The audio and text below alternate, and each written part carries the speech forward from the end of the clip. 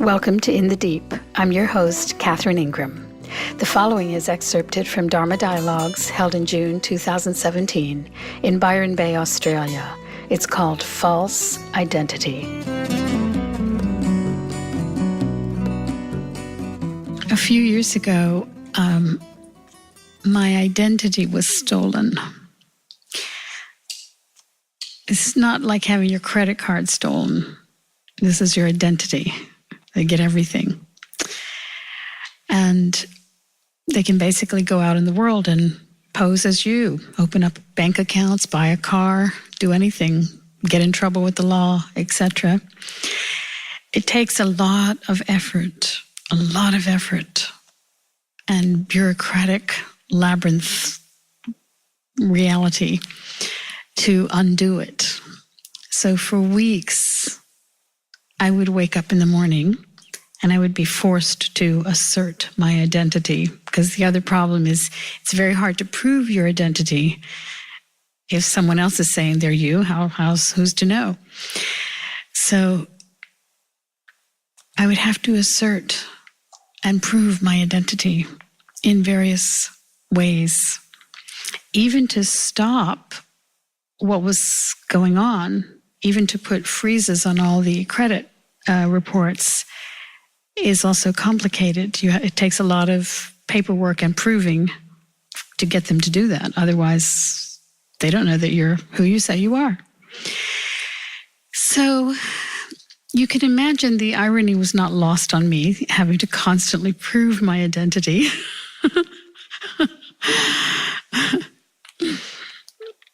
Because mostly I don't relate to myself as an identity. And I was struck with, even just having to hear my name over and over all day, that it became this kind of other entity of its own. I was struck in that phase, and in reflecting back on it, how little interest I have in this presentation.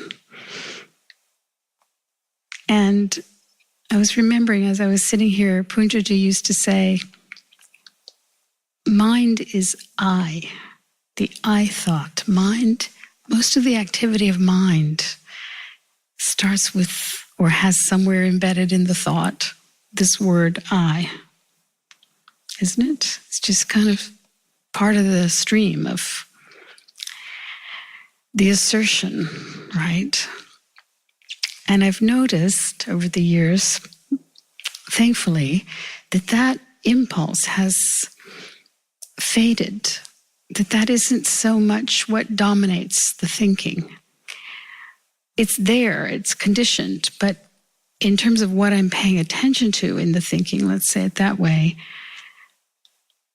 it's much more a free flow. It's much more letting the awareness notice, the color of the sky. By the way, the winter sky and the winter colors here, it's really amazing. It's really astonishing. And to really let the awareness be open, kind of floating. Not so much referencing this identity,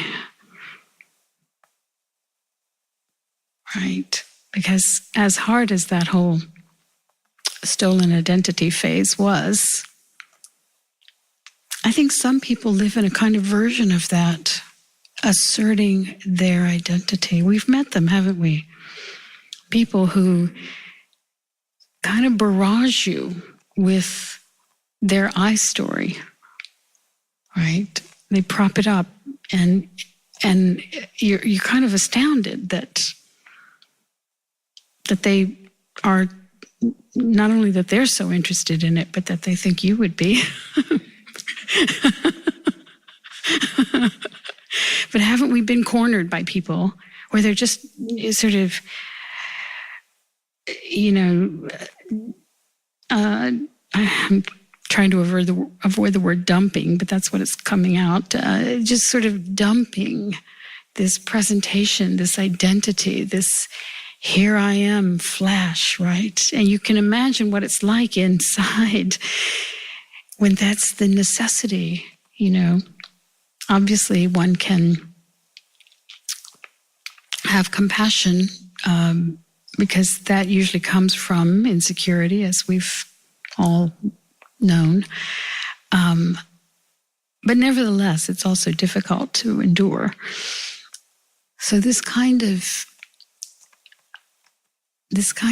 fixation, I, me, what do I like? What do I think? What do I want? What did I do? What are they thinking about me? What am I going to be doing? The whole thing. As soon as it arises, there's trouble.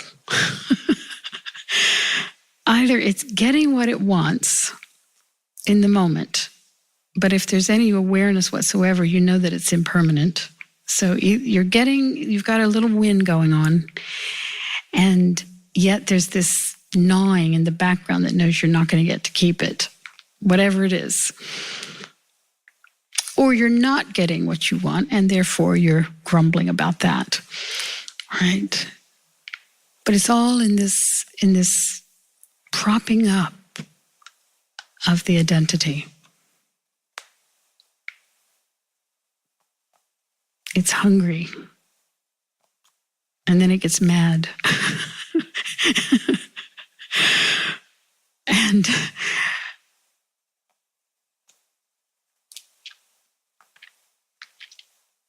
I know well, because I lived a lot of my life that way. And I know the difference when that calms down, when that quiets, when you're perfectly happy to not have to present anything.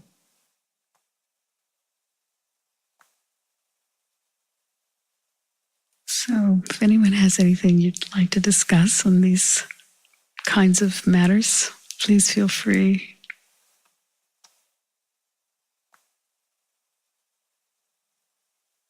I mean, how do you get that me and myself to calm down?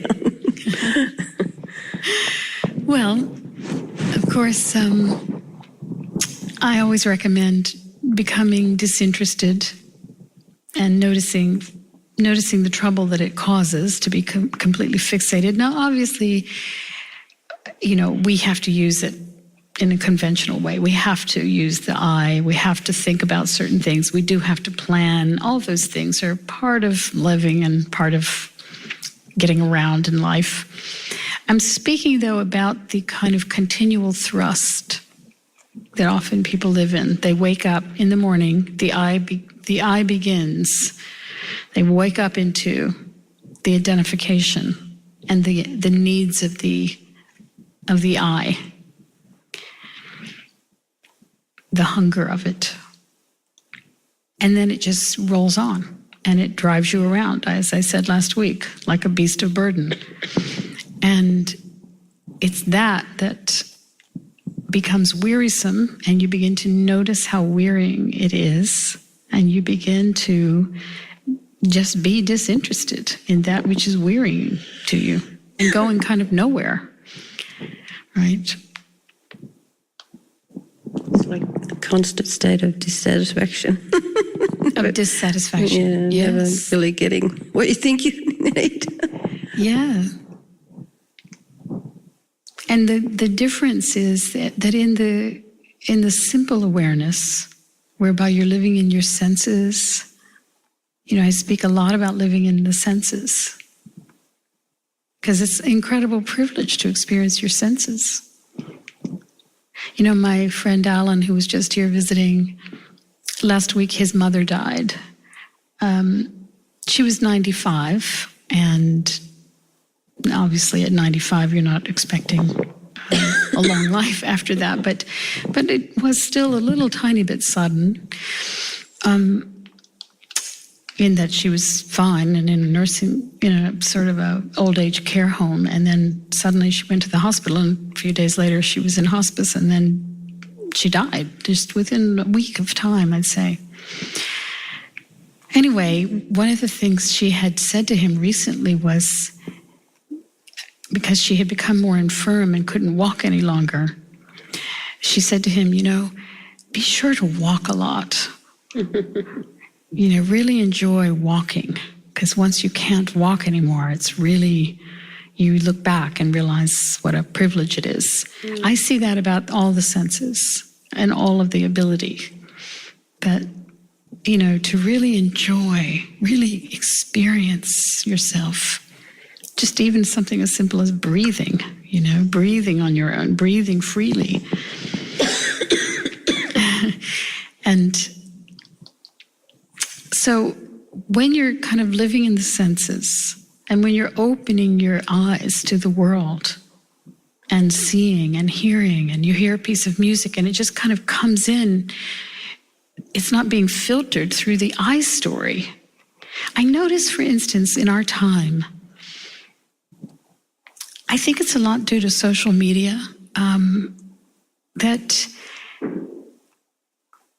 people aren't really purely experiencing things. They're experiencing things in order to collect them, to then show them in social media or show them to whoever, or Twitter about it. Or there's a way in which everything is being filtered and mediated through the identification need, through the presentation of the identity, right? So that filtering, whereby you can't just simply look at a sunset and just drink it in without words that have to do with you, right? You're just experiencing purely like an animal experiences. That, I think, is something that's being lost a lot in our world. Like, there's this sense that you should be collecting it somehow, So where is that collecting? Where is that? What is that about? That collecting is also part of the aggrandizement of this I. It's this constant, it's the hunger of the I. And now that's not to say that obviously we know that our friends love to hear from us and see what we're up to, and that. I'm not speaking about it on quite that level, but we all do know people who are just now recording their lives.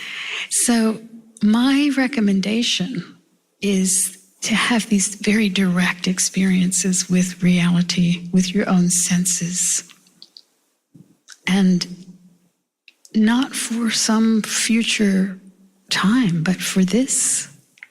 You're not guaranteed any future time. Just for its own sake, just this. And more, that is so refreshing, and it provides enough contentment in life that this hunger starts to dim. You really see the contrast. You really see the contrast when you're going along and you're just being, and you're tasting and you're seeing, and you have a sweet conversation, and you look into the eyes of the guy who's serving you coffee. All of these moments that are rich, that don't require any big identity presentation, right? And then you notice the contrast when the presentation wants to arise and assert itself, when the identity wants to fluff its feathers out in the world. Notice how it feels. Notice what it's doing, what it's feeling like inside. Yeah, there's so much stress when you have to present yourself to the world. It's just so stressful, really. It's very stressful. You start worrying months ahead. Exactly. It is incredibly stressful.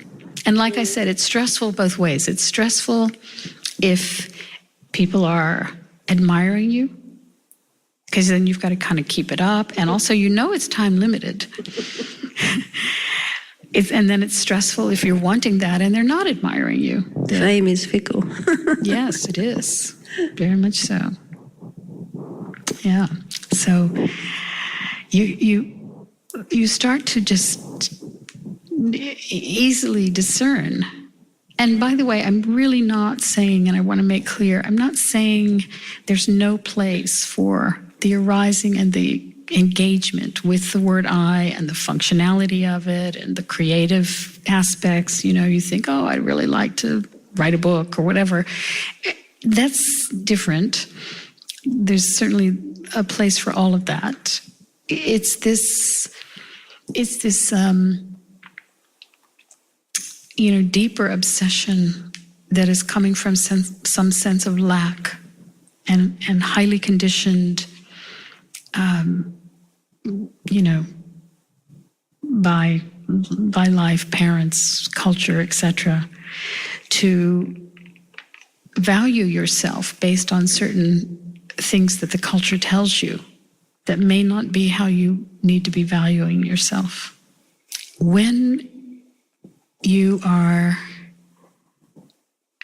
in much more ease inside yourself, when you like you, when you're okay with you, and when you're then just experiencing just the simplicity of being, of life, just really simple, and that becomes kind of delightful, then this need for the big assertion automatically fades. It doesn't have to go away entirely. It just has no more real power. It sometimes flares up. Sometimes flares up. I've often said I'd rather go to a funeral than a party. And that's because generally at memorials or funerals, people are in their deeper waters. They're just the frequency that you're hanging out on is just so real and so tender, mostly. Whereas sometimes at so-called parties, and of course it depends on who's at the party and how big is the party and what's it about, but when sometimes at parties, there's a lot of ego presentation. And what that does is, it's not that I don't like them at the party, I don't like me at that party, because it'll trigger my own ego material. I'll notice some flutters of, wanting to, present myself, right? I'm somebody. It's that I don't particularly like, right? So if I'm at a gathering where that's the way of being at the gathering, if that's the kind of level of conversation, you sort of know it as soon as you walk into a place. I notice a discomfort in myself starts to arise. I can handle it for a while, but after a while, it starts to be uncomfortable. It triggers old material in me. And so it's the recognition of those kinds of things. Often people are presenting something in the hope of, really underneath it all, they want to be loved. And they may be doing something that's actually repelling the very thing they're after, right? Whereas if you're just kind of simple and easy, I don't mean be a simpleton, I mean just simple inside. You respond, you talk about things, you find common language, you listen well, you're awake to what's going on in the space that you're sitting in with the person or walking. It's pleasant, It's why people love to be with their dogs, Yes.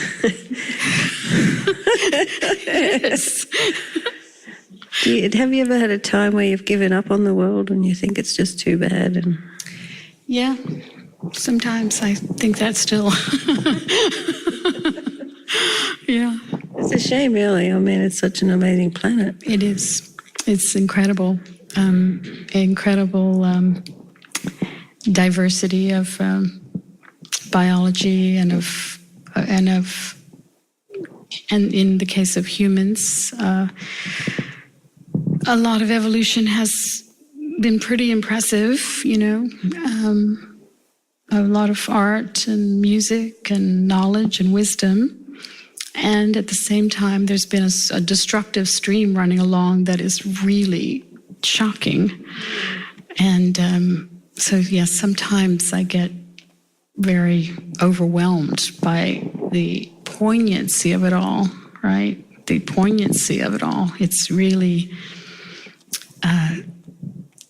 heating up in every possible way. And, yeah. And then, too, something in me also has learned to go into a kind of also, that this is the way it rolls out, So there's that as well, that merciful response that comes behind the resistance and the feelings of dread, is this other merciful letting go of, okay, this is how it is here. It's also amazing. So do you focus on the good stuff, or do you try and ignore the bad stuff? What do you do, though? It's like even in one day, I can swing from hearing something really bad and being really upset to, seeing good things. And so you sort of constantly... Well, that's really good. That's a fluidity that's very real, very human. So yes, sometimes you're watching with tears in your eyes, and then the next moment you're fluidly experiencing some sort of joy and some sort of delight or pleasure, at least, or just simplicity. So that feels to me a very real way of moving through the world. I certainly am not impressed with or think it's very authentic people who are sort of in bliss, like just sort of blissful all the time. I kind of don't usually trust that. I feel either there's some ignoring, a great deal of ignoring, or there's some pretense, but it's not attractive to me. I like much more people who see the real picture, and who can still laugh, but also cry sometimes.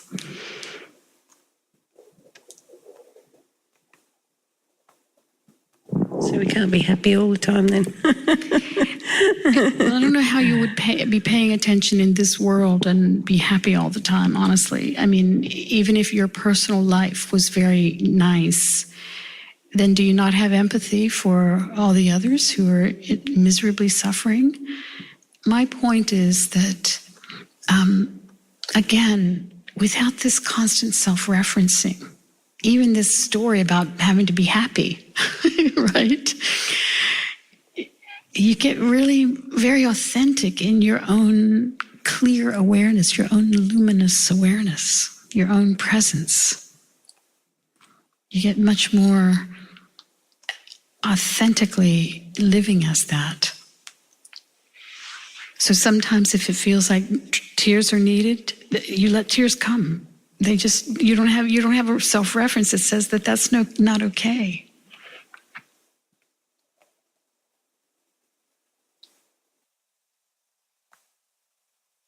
It's about living on a very big spectrum of experience, So sensitive people live on a wider spectrum, and that has its ups and downs. It has, because you're sensitive, you feel things easily. You're naturally empathic. You are sensing what's going on in the world, or people, at least within your own domain and community. And that comes with heartache, loss, worry, concern, things that have to do with being an empath. Yeah. And then, too, the sensitivity also exists along the spectrum and up at the upper regions as well, where there's this incredible tenderness and a capacity to joy. And the way that sensitive people just even do something simple like listening to a piece of music, whereby the music is going through their entire system, like in a somatic way. This is, this has to do, and frankly, I just said this to someone I spoke to on the phone today who's going through some difficult time in feeling that the world is just too coarse for him. It's just too coarse for him to bear, And I said, I can't tell you how many times I have heard this living in Dharma circles as I have for 45 years now, in Dharma circles since 1974 when I began Buddhist practice early on.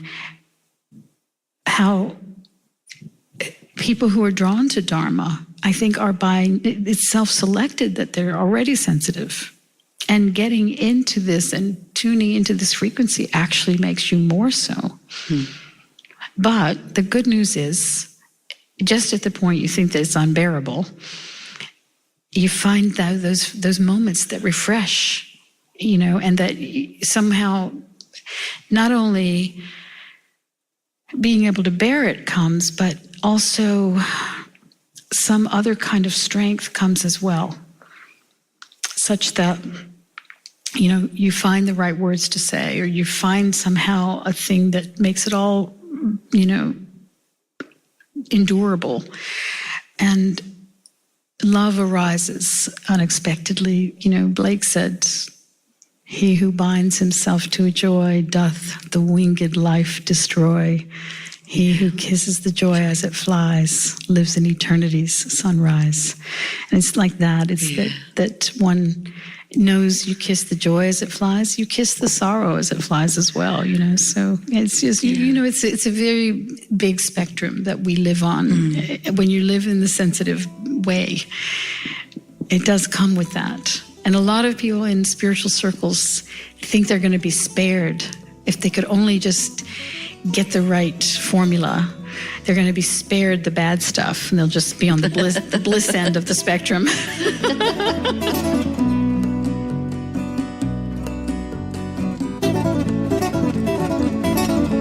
This has been In the Deep. You can find the entire list of In the Deep podcasts at katherineingram.com, where you can also book a private session by phone or Skype and see my schedule of upcoming events. If you're a regular listener, please consider making either a one-time or a recurring tax-deductible donation in any amount that is comfortable for you. Till next time.